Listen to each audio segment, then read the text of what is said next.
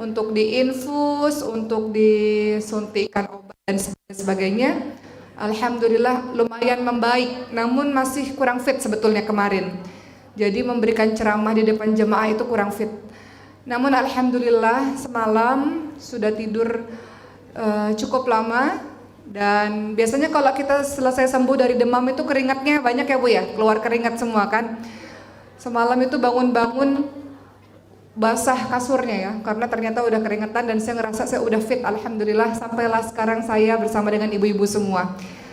Jadi saya bahagia dan berterima kasih kepada Allah karena hari ini saya kembali sudah sehat, alhamdulillah, sehingga mudah-mudahan bisa memberikan ceramah yang lebih baik di depan ibu-ibu semua. Ibu-ibu sehat? Saya boleh tanya dulu sebentar, siapa di sini yang usianya di bawah 20 tahun? Boleh tahu? Oh, nggak banyak ya. Oh, berarti calon ibu. Oh, di atas anak-anak remaja, betul? Masa? Kelihatannya ibu-ibu semua juga di atas. Yang usianya 20 sampai 40 tahun ada? Oh, saya yakin nih mayoritas ibu-ibu sepuh nih di sini nih. Coba usia 40 tahun ke atas, 50 tentu kan, bener kan? 40, 50, 60. Nah ini seusia ibu saya ini jangan-jangan nih. Masya Allah, saya senang sekali di Surabaya karena saya juga punya Pak D, ayah kakaknya, masnya ayah saya, kakaknya ayah saya juga tinggal di Surabaya. Jadi kalau ke Surabaya itu sekaligus berkunjung ke rumah saudara sebetulnya. Baik ibu-ibu yang saya cintai karena Allah SWT, semoga semua dalam keadaan sehat. Hari ini kita membahas mengenai, tema kita adalah menjadi ibu yang salihah, menjadi ibu yang luar biasa. Saya mau cerita dulu sedikit lagi, boleh ya Bu, berkenaan dengan seorang ibu. Ketika saya safari dakwah, ibu sekalian, itu biasanya banyak orang menitipkan doa. Kan biasanya kalau setiap selesai ceramah tuh kita berdoa bersama-sama. Banyak doa yang dibisikkan kepada saya adalah salah satunya doa ingin mendapatkan keturunan. Ternyata banyak orang yang Allah berikan ujian dalam kehidupan, sudah berbelas-belas tahun, berpuluh tahun menikah juga belum dikaruniai anak. Di dalam Al-Quran juga begitu. Kita lihat bagaimana Nabi Zakaria alaihissalam sampai usia tua juga belum mendapatkan anak, diuji dengan belum datangnya kehadiran buah hati. Atau kita lihat Nabi Ibrahim alaihissalam juga ketika menikah dengan Siti Sarah sampai lama belum dikaruniai anak. Atau keluarganya Imran, ibunya Siti Maryam juga dulu berdoa terus agar dikaruniai anak. Jadi banyak yang mengalami hal-hal seperti ini. Namun kita lihat ibu-ibu sekalian, ibu-ibu kita semua, Allah mudahkan untuk Allah hadirkan buah hati dalam keluarga kita, betul? Artinya yang ingin saya sampaikan adalah banyak-banyaklah bersyukur kepada Allah Subhanahu wa taala. Dikala banyak rumah tangga orang lain yang belum dikaruniai anak, rumah tangga ibu-ibu, rumah tangga kita semua Allah berikan anak. Bersyukurlah dengan cara apa? Dengan cara sungguh-sungguh dalam mendidiknya, menjaganya, membuatnya menjadi orang yang saleh, menjadi anak yang menjadi kebanggaan bagi Allah dan Rasulnya. Cara bersyukur adalah betul-betul mendidik anak itu sehingga anak itu menjadi anak-anak yang taat kepada Allah. Kedua, banyak keluarga di luar sana yang Allah karuniakan anak-anaknya memiliki berbagai macam penyakit sejak dia lahir. Ada anak-anak dengan kebutuhan khusus, anak spesial, anak-anak kelainan langka. Ibu-ibu saya punya anak kelainan langka, namanya Sulaiman, tahu nggak Bu? Oh tahu ya, kisahnya tahu nggak? Mau saya ceritain nggak sedikit? Ini belum mulai ceramah nih, masih cerita. Saya mau ngajak ibu-ibu bersyukur dulu.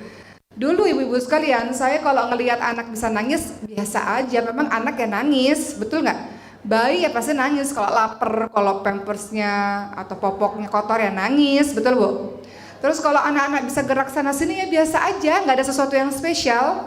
Kemudian anak-anak dia bisa angkat kepala ya biasa aja. Anak-anak dia bisa duduk, kalau tiba waktunya sudah duduk ya biasa aja. Saya nggak ngerasa itu spesial karena memang begitulah. Biasanya saya berpikir seperti itu. Karena anak 1, 2, 3 ya begitu dan anak-anak lain begitu. Namun ketika Allah berikan saya anak yang keempat, ketika saya melahirkan, saya kok nggak dengar nangisnya. Ternyata anak saya di NICU, ICU buat bayi, di NICU 2 minggu, dan anak saya kok nggak gerak-gerak, jadi lemes gitu, nggak gerak. Ternyata anak saya dikatakan punya otot yang lemah. Semua dari kita ini memerlukan otot. Nangis itu perlu otot, mengenyot, mengedot mulut nih kalau bergerak butuh otot ya Bu. Bernafas itu butuh otot nggak? Butuh otot. Jadi kalau otot yang lemah semuanya jadi susah. Sehingga anak saya dari bayi itu dia karena nggak bisa ngenyot, karena ototnya lemah, dia pakai selang yang ditaruh dari mulut langsung ke lambungnya. Kemudian ada juga kadang-kadang henti nafas, namanya sleep apnea kalau bahasa kedokterannya itu. Sehingga karena kan kalau tidur ototnya jadi semakin lemah gitu, maksudnya kadang-kadang mengakibatkan henti nafas berdiri, sehingga harus pakai alat bantu namanya CPAP untuk membantu pernafasannya. Nangisnya juga jarang. Nangisnya sehingga kalau anak-anak bayi lainnya kalau dia nangis artinya dia mau minum ASI atau mau minum susu gitu. Tapi karena anak ini tidak menangis, jadi saya harus pasang alarm setiap 2 jam sekali untuk memberikan ASI. Jadi semenjak hari itu saya mulai merasa bersyukur setiap kali anak saya bergerak. Kalau di NICU, kalau anak saya begini, ring, itu saya bersyukur kepada Allah Subhanahu wa taala. Ya Allah, anak saya bergerak ya Allah. Kemudian kalau anak saya udah mulai saya bersyukur kepada Allah. Anak saya mengikuti berbagai macam terapi, ada terapi okupasi, ada terapi fisioterapi, terapi wicara, terapi sensori. Setiap hari sibuk dengan terapi-terapi di rumah sakit, sampai akhirnya puluhan sampai ratusan terapi itu, akhirnya pelan-pelan dia udah mulai bisa angkat kepala. Untuk melangkahkan kaki dia belajar dengan tangisan air matanya. Jadi dia nangis itu kalau terapi karena sakit mungkin Bu ya. Pakai kaki itu kalau mau jalan tuh pakai yang besi itu tuh supaya kakinya tegap gitu. Dengan tangisan-tangisan akhirnya ya Allah, setelah umur 2 tahun sekarang alhamdulillah Sulaiman sudah bisa jalan. Saya menangis kepada Allah dan saya berterima kasih kepada Allah karena anak saya bergerak, alhamdulillah. Jadi dulu saya merindukan tangisan bayi karena anak saya nggak nangis. Jadi ibu-ibu, kalau ibu-ibu punya anak-anak kecil yang nangis, bersyukurlah. Kenapa? Karena sesuatu yang kadang-kadang kita nggak suka, sesuatu yang membuat kita kesal itu dirindukan oleh banyak ibu-ibu di luar sana. Anak-anak kita bergerak ke sana kemari, kita marah. Wahai ibu, mungkin kadang-kadang kita kesal, tapi sadarilah banyak sekali ibu-ibu di luar sana menginginkan anaknya sama seperti anak-anak ibu-ibu semua, yang bisa bergerak otomatis tanpa harus terapi yang sangat banyak dan mengeluarkan uang yang sangat banyak tentunya. Jadi hari ini saya ingin mengajak ibu-ibu semua untuk bersyukur dengan keadaan yang sudah Allah berikan kepada kita, karena banyak orang-orang di luar sana berjuang untuk bisa mendapatkan anaknya sama seperti anak-anak ibu-ibu semua. Kita awali dengan bersyukur ya Bu ya. Kita bersyukur kepada Allah atas anugerah anak-anak dalam kehidupan kita. Baik, berikutnya sebentar Bu, saya izin live dulu di Instagram. Nah ini biar orang-orang juga dengar ceramahnya. Baik, ibu-ibu yang dirahmati oleh Allah Subhanahu wa taala, hari ini kita akan membahas mengenai bagaimana kita menjadi seorang ibu yang baik untuk anak-anak kita. Pun saya yang berbicara seperti ini pun sedang berusaha untuk itu. Saya juga bukan ibu yang sempurna, tapi kita terus berusaha. Saya mau kisahkan satu lagi, kisah yang membuat saya sangat kuat ketika mendapati kenyataan bahwa Allah takdirkan anak saya memiliki kelainan langka 1:30.000. Dan kemudian satu kisah yang saya sangat ingat adalah perjuangannya Siti Hajar. Sebelum kita masuk materi ayat hadis dan sebagainya ibu-ibu sekalian, ibu-ibu tahu Siti Hajar itu adalah istri dari Nabi Ibrahim alaihissalam. Nabi Ibrahim sudah lama tidak dikaruniai anak dengan pernikahannya bersama Siti Sarah. Lalu Allah takdirkan Nabi Ibrahim memiliki istri yang berikutnya yaitu Siti Hajar. Namun Allah perintahkan ketika Siti Hajar melahirkan anak, yakni Nabi Ismail alaihissalam, Allah minta agar Siti Hajar dan Nabi Ismail diletakkan di tempat yang jauh, yaitu kota Mekah, yang pada saat itu tidak ada penghuninya sama sekali, tidak ada air, tidak ada tumbuh-tumbuhan, tidak ada manusia, tidak ada kehidupan. Maka tentu saja Nabi Ibrahim ini sangat sedih teman-teman sekalian. Puluhan tahun menunggu kehadiran buah hati, puluhan tahun menunggu kelahiran anak. Namun akhirnya ketika anak itu sudah lahir malah disuruh untuk dipisahkan. Tapi sami'na wa Apa yang Allah perintahkan, Nabi Ibrahim alaihissalam mentaati saja. Berikutnya teman-teman sekalian,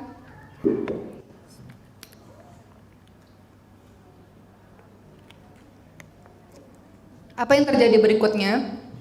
Ketika Siti Hajar ditempatkan di kota Mekah bersama dengan Nabi Ismail dan Nabi Ibrahim meninggalkan atas perintah Allah, Siti Hajar tidak pernah marah kepada Allah. Siti Hajar tidak pernah mengatakan, kenapa ya Allah hidupku seperti ini? Kenapa ya Allah engkau takdirkan aku begini? Engkau tinggalkan orang lain, tidak ada siapa-siapa di sini. Enggak pernah Siti Hajar itu mengeluh. Siti Hajar tidak pernah mengeluh kepada Allah, apalagi marah kepada Allah. Kadang-kadang dalam kehidupan kita ibu-ibu sekalian, dalam kita menjaga anak atau dalam kita melaksanakan atau menjalankan semua takdir yang Allah berikan, kadang-kadang kita marah sama Allah. Ya Allah, kenapa sih begini banget ya Allah? Ya Allah, kenapa sih susah sekali hidup saya? Kenapa engkau takdirkan hal ini seperti saya? Apa dosa saya ya Allah? Kadang-kadang kita marah dan mengeluh kepada Allah. Namun Siti Hajar, bayangkan, beliau seorang diri dengan bayinya yang masih kecil, yang masih mungil itu, ditinggalkan seorang diri, tidak ada pernah mengeluh kepada Allah, tidak pernah mempertanyakan kenapa harus saya ya Allah yang kau pilih untuk ditinggalkan di sini. Bagaimana aku hidup? Kenapa ya Allah? Tidak pernah begitu. Siti Hajar tahu bahwa ini adalah memang ketentuan dari Allah. Siti Hajar bertanya pada Nabi Ibrahim sebelum Nabi Ibrahim meninggalkannya, apakah ini perintah dari Allah? Lalu Nabi Ibrahim yang dengan menahan kesedihan hanya bisa mengangguk. Maka Siti Hajar mengatakan, kalau memang ini perintah dari Allah, insya Allah Allah akan menolong kami. Insya Allah tidak akan pernah meninggalkan kami. Jadi Siti Hajar punya keyakinan bahwa memang ini sudah takdir dari Allah, maka diterima takdir itu dan kemudian dijalani. Maka Siti Hajar ketika mendapati anaknya sudah semakin haus, susu air asinya, air susu ibunya sudah semakin mengering, sehingga Siti Hajar mulai berpikir, aku harus melakukan sesuatu untuk membuat anak ini bertahan, kata beliau. Maka akhirnya yang beliau lakukan adalah berjuang. Seorang ibu yang berjuang sampai akhir, berjuang sampai titik darah penghabisan, bukan menangis, meratapi nasib, diam, nggak ngapa-ngapain, tapi beliau berjuang. Beliau mencari kehidupan untuk sang anak, beliau mencari air agar anak ini tidak kehausan. Beliau lari, meninggalkan anaknya sebentar, beliau lari mencari bukit yang kemudian kita kenal dengan bukit Sofa. Naik ke atas dengan batu-batuan yang terjal, yang panas luar biasa. Beliau cari di mana ada air, di mana ada kehidupan, di mana ada tumbuh-tumbuhan, di mana ada manusia, supaya kami bisa bertahan hidup. Tidak ketemu apa-apa di bukit Sofa, turun dari bukit Sofa yang panas, yang terjal itu, lari sampai ke bukit Marwah 7 kali. Sofa, Marwah, dari Marwah ke Sofa, terus bolak-balik mencari kehidupan. Ya Allah, di mana ya Allah? Berjuang. Seorang ibu yang terus berjuang untuk membuat anaknya baik-baik saja, untuk membuat anaknya terus bertahan. Sampai akhirnya dari semua perjuangan yang tiada lelah dengan terus berdoa, husnuzon kepada Allah, sabar, tangguh, tidak pernah menyerah dengan keadaan. Seorang ibu tunggal istilahnya karena suaminya jauh. Maka lihatlah apa yang Allah takdirkan untuk Siti Hajar, teman-teman sekalian. Ada air yang kemudian Allah berikan berada dekat dengan bayi Ismail alaihissalam yang kemudian kita kenal dengan nama air Zam-Zam. Dari air Zam-Zam inilah mereka bisa minum, dan kemudian orang-orang di luar melihat, oh ternyata ada burung-burung di atas. Berarti kalau ada burung-burung di atas dekat tempat itu, berarti di situ ada air, kita bisa hidup di situ. Jadi banyak orang-orang yang akhirnya datang, jadilah itu menjadi kota Mekah, singkat cerita.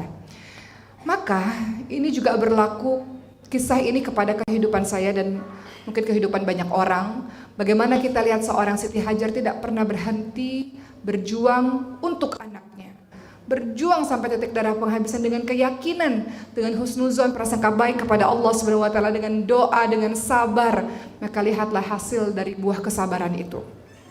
Saya cerita lagi, saya kaitkan dengan kehidupan saya sampai nanti kita masuk kepada materi. Maka ketika saya mendapati anak saya terkena sindrom Prader-Willi, saya percaya dan yakin dari miliaran manusia Allah pilih saya untuk mendapatkannya. Pertama, terima dulu, alhamdulillah ala kulli hal, segala puji bagi Allah untuk semua keadaan. Allah pilih secara random dari begitu banyak manusia, Allah pilih, alhamdulillah, terima dulu. Maka saya ingat kisah Siti Hajar.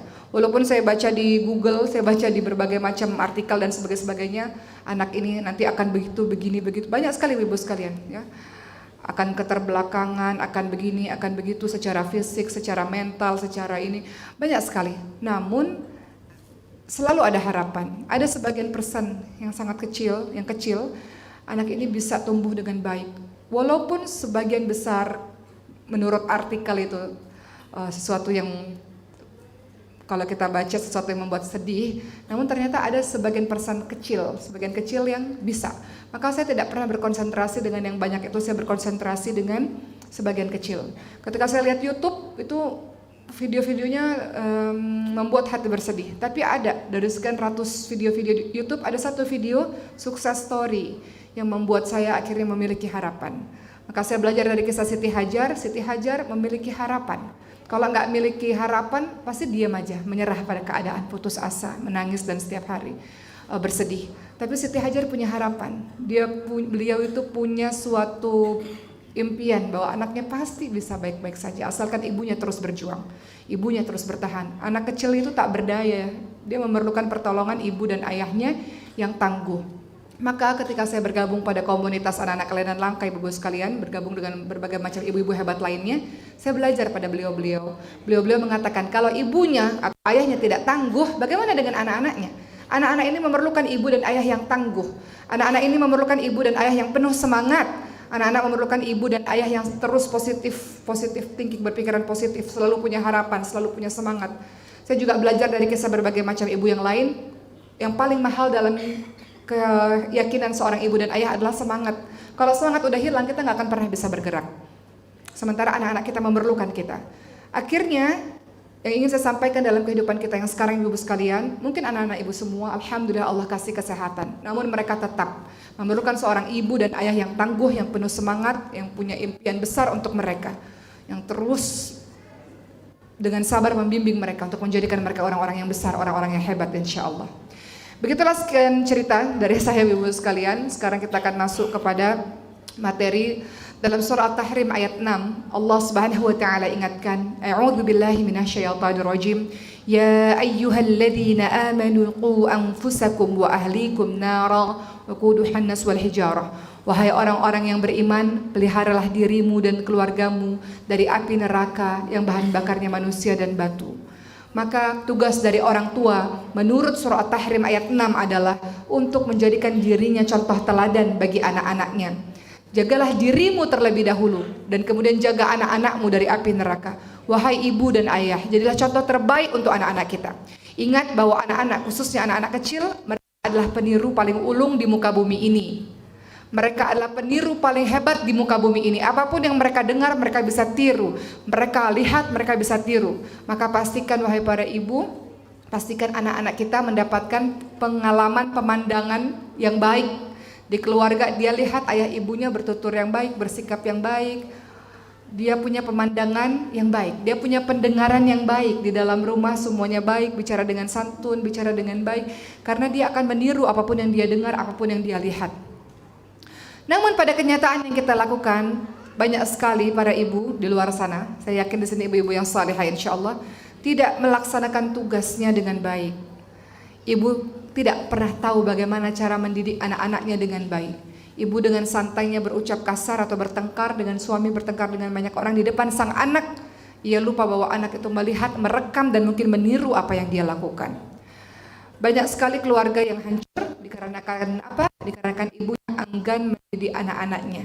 Dikarenakan ibunya mengabaikan anak-anaknya begitu saja. Padahal ibu adalah peletak dasar dalam pembentukan kepribadian anak. Maka teman-teman yang dirahmati oleh Allah Subhanahu wa taala, ada berbagai macam tugas yang harus dilakukan oleh seorang ibu karena dia menjadi madrasah pertama untuk anak-anaknya. Apa tugas yang harus dipersiapkan oleh sang ibu? Yang pertama adalah ibu harus terus berusaha untuk memperbaiki dirinya. Terus menerus. Tidak hanya ibu yang awal-awal punya anak yang masih kecil, tapi ibu terus belajar untuk menjadi ibu yang terbaik untuk anaknya. Caranya pertama harus memperbaiki diri. Dikatakan sesuatu yang tidak punya apa-apa tidak bisa memberikan apa-apa. Ada seorang yang mengadu kepada Imam Muhammad bin Wasi' tentang sedikit sekali pengaruhnya. Saya ini penceramah, kata beliau, mengadukan kepada seorang ulama. Saya memberikan nasihat kepada banyak orang, namun tidak bisa merubah akhlak dari jemaah tersebut atau mereka. Maka kata sang ulama ini, wahai fulan, menurut pandanganku, mereka tidak terpengaruh dengan nasihat-nasihat yang kamu sampaikan, tidak lain adalah sebab dirimu sendiri.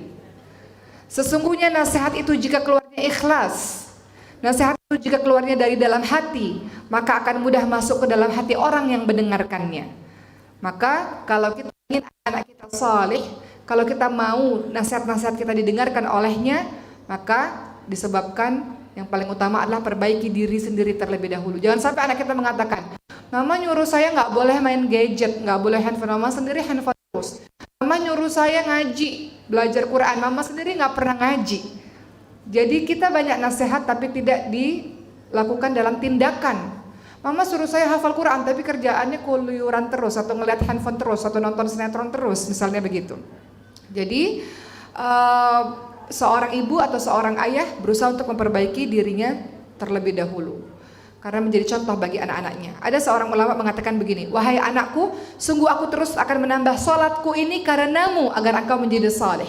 Jadi orang tua yang saleh akan berpengaruh anak-anaknya pun menjadi saleh. Jadi sebelum kita menuntut anak kita harus hafal Quran, harus jadi anak saleh, anak santun, maka kita pun begitu. Kalau kita nggak mau anak-anak kita melakukan perbuatan-perbuatan yang buruk, kita pun jangan begitu memberikan contoh kepada anak-anak kita. Laki-laki misalnya diminta untuk sholat di masjid, kita minta anak-anak kita untuk sholat di masjid, ayahnya sendiri nggak pernah sholat di masjid, ayahnya sendiri mungkin kesiangan atau nggak pernah melakukan sholat Jumat misalnya, lalu kita mau anak-anak kita menjadi soleh, bagaimana mungkin? Maka kita tahu bahwa kesolehan orang tua berpengaruh kepada kesolehan anak, ibu-ibu sekalian. Baik, berikutnya ada perkataan dari Umar bin Abdul Aziz. Beliau pernah mengatakan, setiap mukmin yang meninggal dunia di mana dia terus memperhatikan kewajibannya kepada Allah, maka Allah akan senantiasa menjaga anak dan keturunannya setelah itu. Kata Umar bin Abdul Aziz apa? Setiap mukmin yang meninggal dunia, kalau kita meninggal dunia, di mana selama hidup kita terus memperhatikan kewajiban-kewajiban kita kepada Allah, kita mengaji dengan betul, kita salat dengan betul, kita melakukan ibadah dengan betul, maka Allah akan menjaga anak-anak dan keturunan kita. Jadi kalau kita mau anak-anak kita saleh, mau anak-anak kita baik, kita mulai dengan diri kita terlebih dahulu. Kita mulai diri kita terlebih dahulu. Yang kedua, apa yang harus dilakukan oleh orang tua? Menjadi teladan yang baik untuk anak-anaknya. Tadi surah At-Tahrim ayat 6, ya ayyuhalladzina amanu qu anfusakum wa ahlikum nara wa quduha nas wal hijarah. Menjadi teladan yang baik untuk anak-anaknya. Karena jiwa manusia itu lebih mudah mengambil teladan dari contoh yang terlihat di hadapannya. Baik. Ada perkataan ulama begini, ibu sekalian. Jika seorang ibu tidak memakai jilbab, tidak menjaga kehormatan dirinya, sering keluar rumah tanpa alasan yang jelas, suka berdandan secara berlebih-lebihan, menampakkannya kepada yang bukan mahram, bergaul dengan laki-laki secara bebas dan sebagainya, maka itu secara tidak langsung merupakan pendidikan yang nyata, praktek pendidikan yang nyata bagi anaknya untuk mengarahkan anaknya pada penyimpangan akhlak. Jadi semua perbuatan-perbuatan kita itu dia akan lihat, dia akan tiru, teman-teman sekalian. Ketiga, seorang ibu ataupun ayah berkewajiban untuk memilih metode pendidikan untuk anak-anaknya. Kita lihat teman-teman sekalian, tentu saja metode yang sesuai dengan syariat Islam.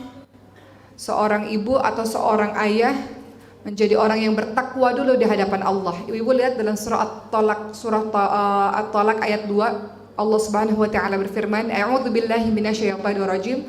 Wa may yattaqillaha yaj'al lahu makhraja."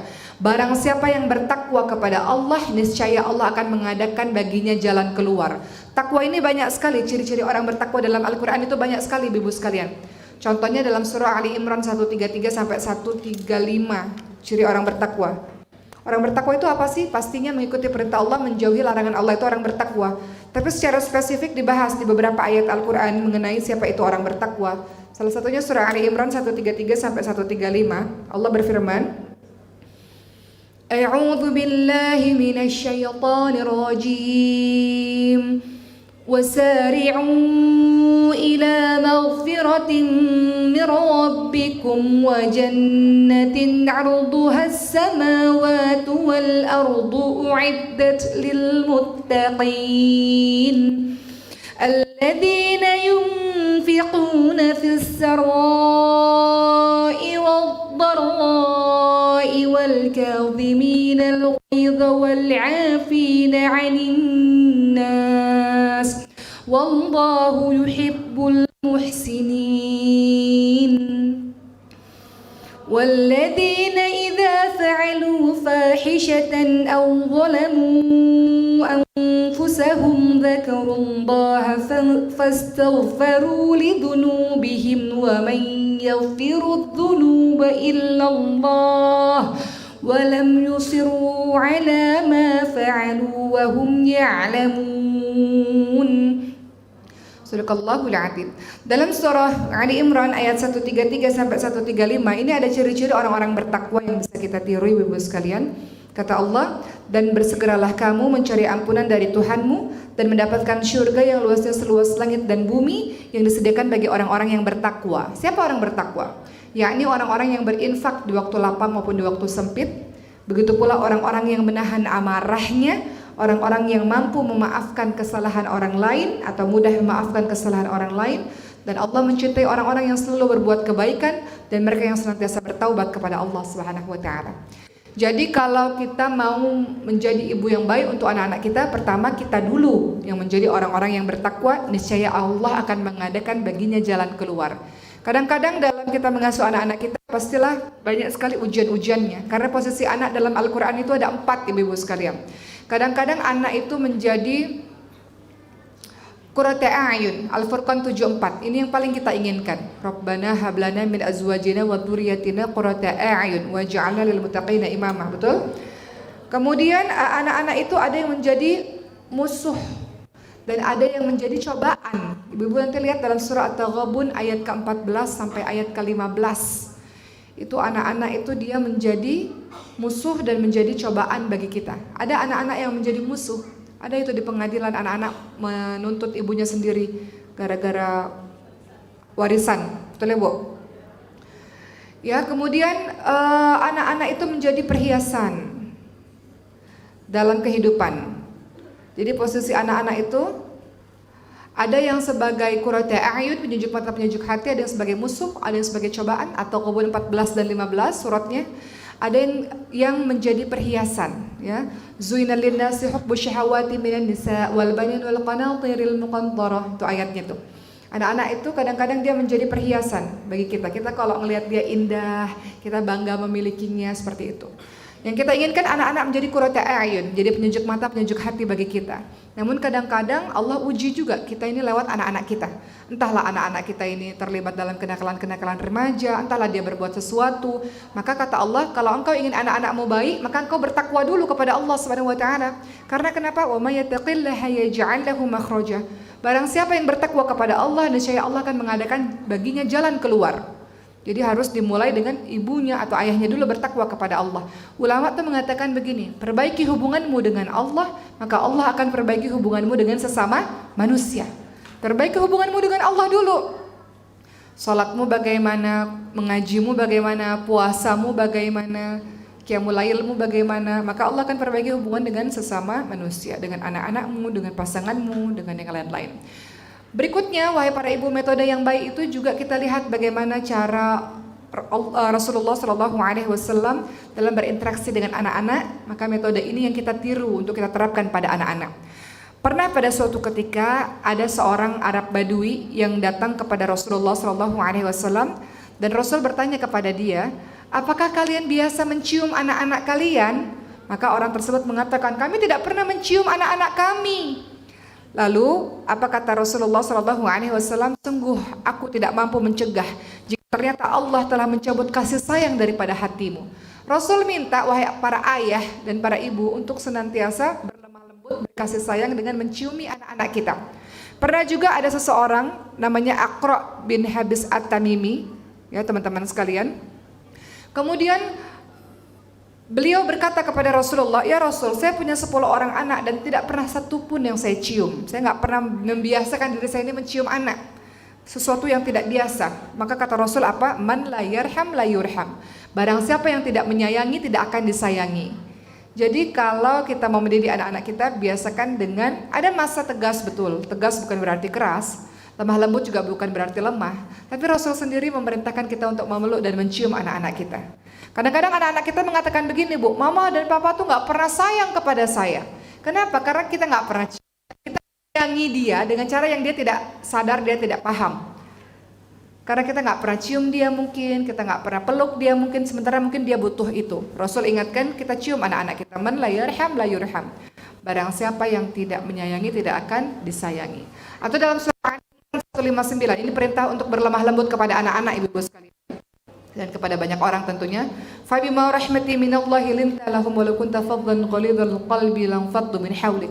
Maka disebabkan rahmat Allah kamu berlaku lemah lembut kepada mereka. Sekiranya kamu bersikap keras lagi berhati kasar, tentulah mereka menjauhkan diri dari sekelilingmu. Jadi kadang-kadang kita ini para orang tua, anak-anak melakukan sesuatu kita langsung marah. Kita belum mendengarkan alasan dia apa.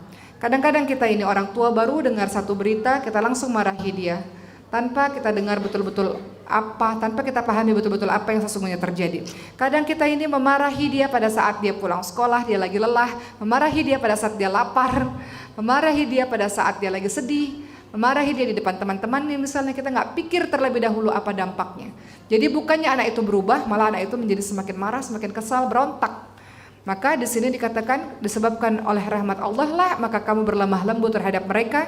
Sekiranya kamu bersikap keras lagi berhati kasar, tentulah mereka akan menjauhkan diri dari sekelilingmu. Baik, kita lihat ibu-ibu sekalian akhlak Rasulullah SAW. Rasul tidak pernah marah kepada seseorang yang belum mengerti. Kadang anak-anak kita berbuat sesuatu mungkin dia belum mengerti. Rasul juga begitu. Pernah mendapati seseorang melakukan sebuah perbuatan buruk, namun dia nggak ngerti, jadi nggak bisa dimarahin juga, namun dikasih pengertian. Pernah pada suatu ketika, Rasul dan para sahabat berada di masjid. Kemudian ada seorang Arab Badui yang datang ke masjid dan buang air di masjid. Lalu para sahabat itu ingin menghentikannya, ingin menariknya, ingin memukulnya. Lalu kata Rasulullah, biarkan dia lagi di tengah-tengah seperti itu, jadi biarkan dia selesaikan. Kemudian Rasulullah tidak bersikap kasar kepadanya, tidak memukulnya dan menyuruh sahabat untuk menahan amarahnya, dikarenakan Rasul tahu bahwa orang itu tidak paham, orang itu tidak tahu. Jadi ketika orang itu sudah selesai, maka Rasul bicara dengan baik-baik kepada orang tersebut untuk memberikan pemahaman kepadanya. Kadang dalam kehidupan kita sehari-hari mungkin anak kita melakukan sesuatu disebabkan karena belum paham atau disebabkan karena tidak mengerti dampaknya apa. Jadi kita langsung buru-buru marah. Tapi kalau Rasulullah SAW, Rasul tahu tidak ada gunanya juga buru-buru marah. Toh dia tidak mengerti juga. Jadi Rasulullah SAW mengajarkan kepada kita untuk marah di tempat yang tepat, di saat yang tepat. Justru Rasul memberikan pemahaman kepada orang-orang yang tidak paham. Begitu teman-teman sekalian. Ibu-ibu yang dirahmati oleh Allah Subhanahu wa taala, ketahuilah bahwa kita ini manusia biasa, kita ini banyak dosa kepada anak-anak kita. Betul ya, Bu? Kadang-kadang kita kesal kepada orang lain, pada suami atau kesal pada orang lain, kenanya kepada anak-anak kita. Kadang-kadang kita lihat anak kita, kadang-kadang kita berbuat tidak adil kepada anak-anak kita. Kadang-kadang kita sering menyalahkan anak yang pertama, kita menganggap anak pertama itu harusnya sudah lebih mengerti, padahal yang salah mungkin adiknya juga. Jadi kadang-kadang kita menghukum dengan tidak adil kepada dia. Atau kadang-kadang kita berbuat salah dengan membanding-bandingkan anak kita yang satu dengan anak lainnya. Atau membanding-bandingkan anak kita dengan orang di luar sana. Kenapa dia bisa, kamu tidak bisa? Atau kita kadang-kadang melabeli anak-anak kita dengan kalimat anak bodoh, anak nakal, anak kurang ajar dan sebagainya. Padahal semua perkataan ibu adalah doa. Jangan-jangan kata-kata itu yang membuat anak itu menjadi begitu karena kata-kata kita sendiri. Padahal seorang ibu harusnya tidak boleh mengatakan hal-hal negatif, juga para ayah tentunya. Pernah diceritakan satu kisah di mana seorang ibu ini sangat marah kepada anaknya karena beliau sudah masak sangat banyak untuk tamu, namun anak tersebut menaburkan pasir dengan begitu entengnya ke seluruh makanan.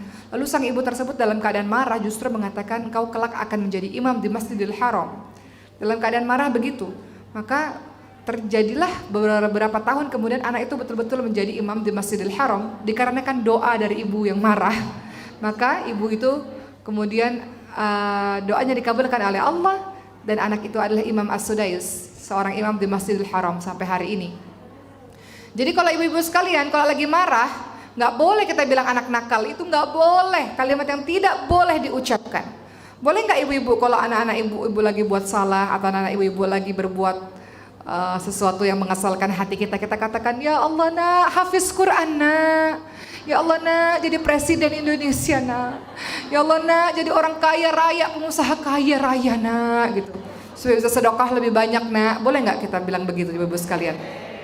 Jadi mulai hari ini nggak boleh lagi ada kata-kata anak nakal, anak bodoh tuh nggak boleh, sama sekali tidak boleh keluar dari mulut ayah ataupun ibu. Nggak adil kita mengucapkan kata-kata begitu. Sementara kita tahu doa mustajab, doa yang dikabulkan oleh Allah adalah doa orang yang dizalimi, doa orang yang dalam perjalanan, dan doa ibu kepada anaknya, doa orang tua pada anaknya. Dan perkataan, setiap perkataan adalah doa. Jadi ibu-ibu yang sudah terlanjur melakukan begitu, minta ampunlah kepada Allah Subhanahu wa taala atas kalimat-kalimat yang kita lakukan pada anak-anak kita. Atau kita memukul dia, menjewer dia secara tidak adil misalnya, itu minta ampunlah kepada Allah dan minta maaflah kepada anak-anak kita. Ingat ibu-ibu sekalian, setiap orang tua tidak boleh bertindak aniaya kepada siapa saja, apalagi menjadikan anak-anak sebagai objek pelampiasan kemarahan. Ada yang pernah berkata begini, aku pernah memukul budak laki-lakiku, kemudian aku mendengar suara dari belakang yang berbunyi, ketahuilah wahai Abu Mas'ud, aku tidak memahami suara itu karena terlarut dalam emosi. Maka tatkala aku mendekat ternyata itu suaranya Rasulullah. Lalu Rasulullah berkata, ketahuilah wahai Abu Mas'ud, sesungguhnya Allah lebih kuasa menghukummu daripada dirimu terhadap budak laki-laki itu. Ia kemudian berkata, setelah itu aku tidak pernah memukul seorang budak pun. Jadi kita tidak boleh bertindak sangat aniaya kepada anak-anak kita disebabkan kemarahan kita. Betul kata Rasulullah, anak-anak disuruh sholat umur 7 tahun, 10 tahun hukum dia, tapi bukan hukum yang menyakitkan, bukan yang membekas, bukan yang membuat dia trauma, ibu-ibu sekalian. Pukulan itu cukup untuk mengagetkan dia saja. Jadi mudah-mudahan kita ingat bahwa setiap kezaliman akan ada balasannya pada siapapun, apalagi pada anak kita sendiri.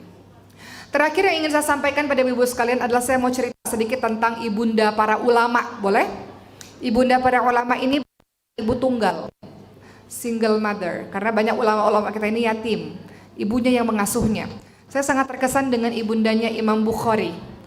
Teman-teman, Imam Bukhari ini punya karya-karya yang sangat fenomenal. Hadis-hadis yang beliau tulis itu menjadi rujukan umat Islam sampai sekarang. Ternyata Imam Bukhari waktu kecilnya pernah mengalami kebutaan. Kecilnya tuh sakit. Beliau itu terlahir dari keluarga yang salih dan keluarganya ini bercita-cita agar Bukhari ini menjadi seorang ulama yang luar biasa. Namun di umur 2 tahun Imam Bukhari ini sudah yatim, dan kemudian umur 4 tahun Imam Bukhari ini buta, sakit-sakitan dan kemudian buta. Tidak bisa lagi melihat, buta permanen. Walaupun sang ibu ini sudah bawa kemana-mana, nggak kunjung sembuh. Maka ibu ini berdoa, ikhtiar tetap jalan, doa terus.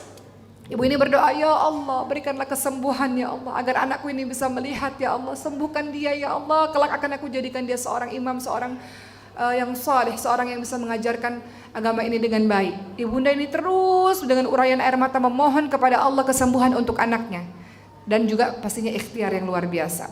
Sampai suatu ketika beliau menangis, tertidur di atas sejadahnya dan bermimpi didatangi oleh Nabi Ibrahim alaihissalam, dan Nabi ini berkata, wahai Imam Bukhari, sesungguhnya Allah telah mengembalikan penglihatan anakmu lantaran banyaknya doamu.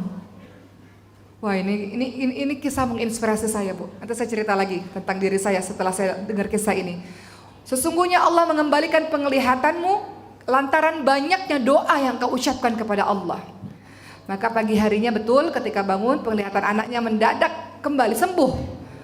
Maka peran seorang ibunda ini, ibunda Imam Bukhari ini bukan hanya sekedar mendoakan, tapi juga memperjuangkan pendidikan putranya agar menjadi seorang ulama besar.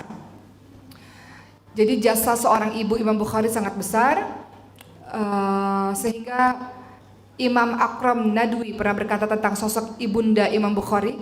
Ibunda Imam Bukhari, beliau mungkin tidak menghasilkan kitab hadis Bukhari, tidak menghasilkan banyak kitab, namun ibunda Imam Bukhari, beliau menghasilkan penulisnya, menghasilkan ulamanya. Begitu teman-teman sekalian, dan masih banyaklah kisah-kisah lainnya. Intinya dari kisah ini saya belajar, kadang-kadang terkhusus untuk di sini ibu yang punya anak sakit atau apapun itu, kadang-kadang dokter mengatakan begini atau artikel-artikel mengatakan begini, tapi lihat kisahnya Imam Bukhari.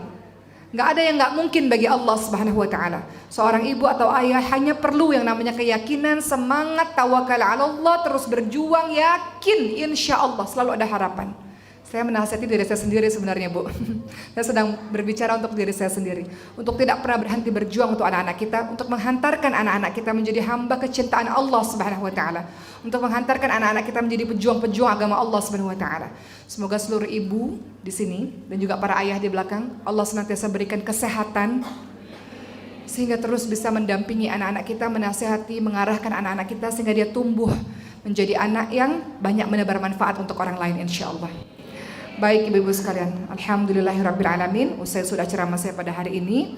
Semoga Allah bantu kita, la haula wala quwata illa billah, untuk membersamai anak-anak kita. Dan izinkan saya menayangkan satu buah video ibu-ibu sekalian. Indonesia ini 250 juta jiwa, betul ya Bu? Dan banyak dari orang-orang Indonesia ini tidak beruntung secara ekonomi. Tapi kita harus sama-sama sepakat, pendidikan itu milik semuanya. Orang yang memiliki harta mudah menyekolahkan anaknya dimanapun. Tapi bagaimana dengan anak-anak yang pandai-pandai, yang soleh, yang hati? Harus ada orang tua asuh yang membersamai mereka sehingga mereka menyelesaikan hafalan 30 juznya, mereka melanjutkan pendidikannya, mereka menjadi orang-orang hebat yang berkontribusi, yang mengabdi untuk bangsa dan negara dan agama ini. Maka inilah video-videonya, kita lihat sama-sama sambil kita terus berdoa agar kita turut menjadi orang yang memperjuangkan dakwah Al-Quran insyaallah. Silahkan.